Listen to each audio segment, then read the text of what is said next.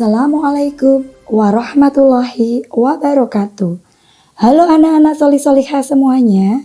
Ketemu lagi dengan Ibu Triana Ayuningsih. Anak-anak solih-solihah, jangan lupa mematuhi protokol kesehatan ya. Hari ini kita belajar tentang tema 3, rangkaian listrik IPA kelas 6 MI. Dengan tujuan pembelajaran yang pertama, siswa mampu memahami rangkaian listrik sederhana. Yang kedua, siswa mampu menjelaskan rangkaian listrik seri. Dan yang ketiga, siswa mampu menjelaskan rangkaian listrik paralel.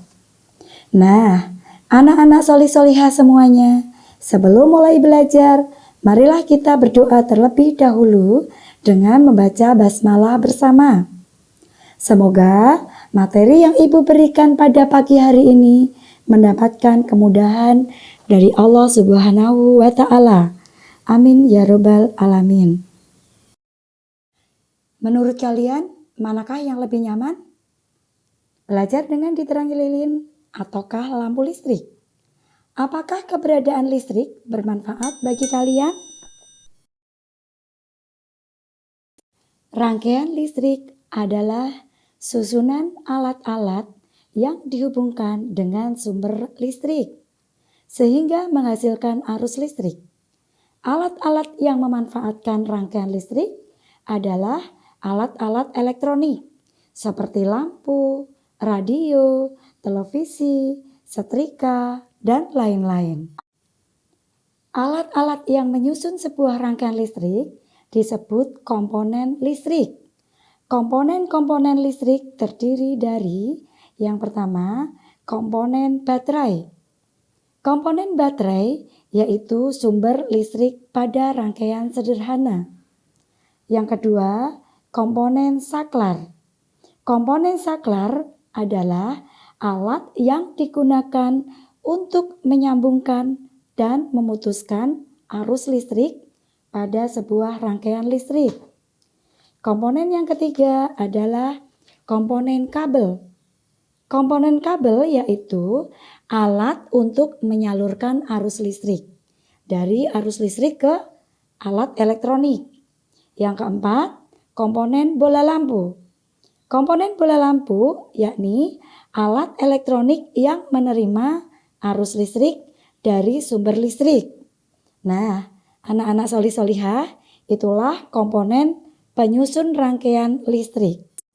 Materi selanjutnya berdasarkan mengalir atau tidaknya. Rangkaian listrik dibagi menjadi 2.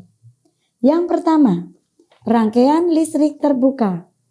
Rangkaian listrik terbuka tidak adanya arus listrik karena lampunya padam atau mati.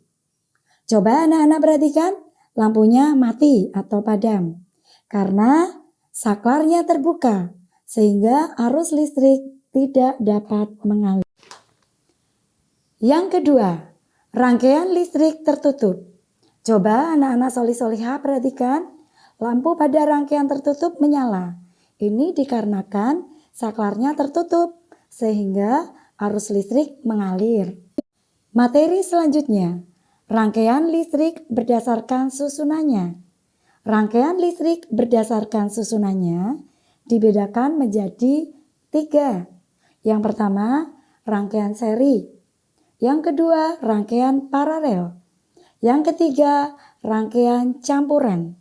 Nah, anak-anak solih-solihah, mari kita bahas satu persatu.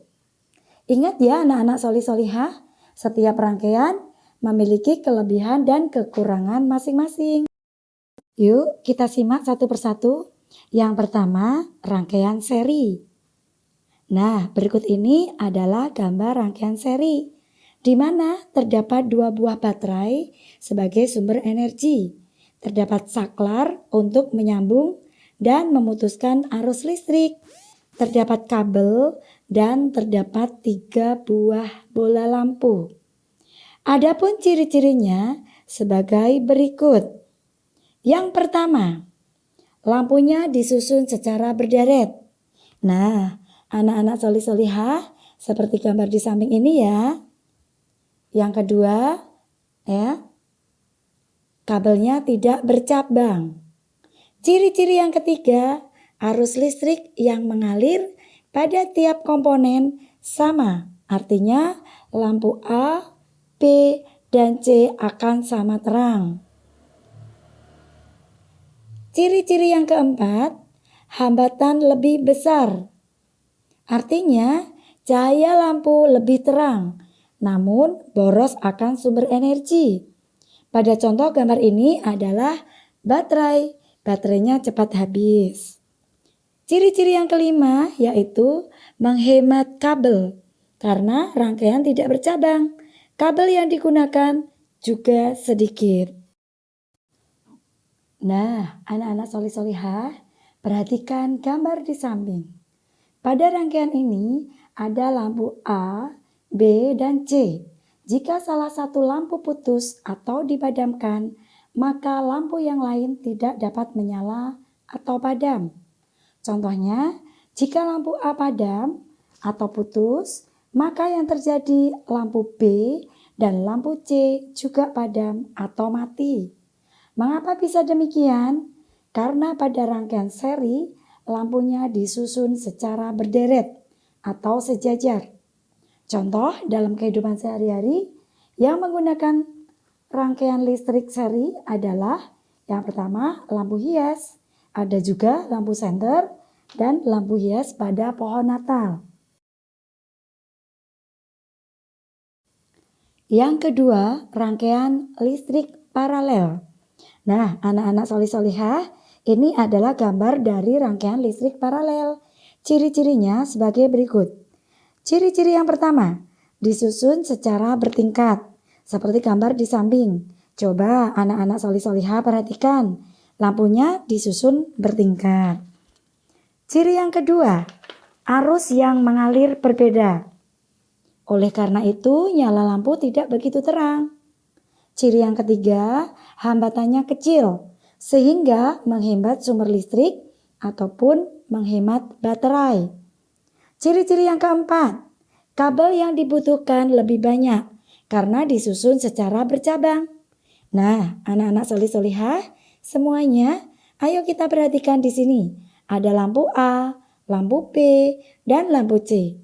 Kelebihan dari rangkaian paralel adalah pada rangkaian paralel, jika putusnya salah satu lampu tidak menyebabkan lampu yang lainnya padam. Contohnya seperti ini. Apabila lampu B dipadamkan atau mati, maka lampu A dan C tetap menyala karena kabel antar lampu berbeda. Contoh pada kehidupan sehari-hari pada rangkaian paralel adalah yang pertama, lampu lalu lintas. Lampunya hidupnya secara bergantian. Dan yang kedua, lampu pada rumah kita. Jika lampu pada kamar mandi dimatikan, maka lampu pada kamar tidur tidak ikut mati atau tidak ikut padam. Yang ketiga, rangkaian campuran. Berikut ini gambar dari rangkaian listrik campuran. Rangkaian listrik ini terdiri dari rangkaian listrik seri dan rangkaian listrik paralel. Lampu A adalah rangkaian listrik seri, sedangkan lampu B, C, dan D adalah rangkaian paralel. Ciri-cirinya yang pertama, gabungan antara rangkaian seri dan paralel. Yang kedua, memiliki ciri yang sama pada rangkaian seri dan paralel tadi. Anak-anak solih-solihah, masih ingatkah dengan ciri-ciri rangkaian seri dan rangkaian paralel tadi? Nah, jika lampu A padam, maka lampu B, C, dan D juga padam. Mengapa demikian? Karena rangkaian A tersusun secara seri. Nah, contoh yang kedua, jika lampu B padam, lampu A, C, dan D tetap menyala. Nah, anak-anak solih-solihah, mengapa demikian? Karena lampu B tersusun secara paralel. Nah, demikian video pembelajaran dari Ibu pada pagi hari ini. Semoga apa yang Ibu berikan dapat bermanfaat bagi anak-anak solih-solihah semua. Dan Ibu akhiri pembelajaran kali ini dengan membaca hamdalah bersama. Wassalamualaikum warahmatullahi wabarakatuh.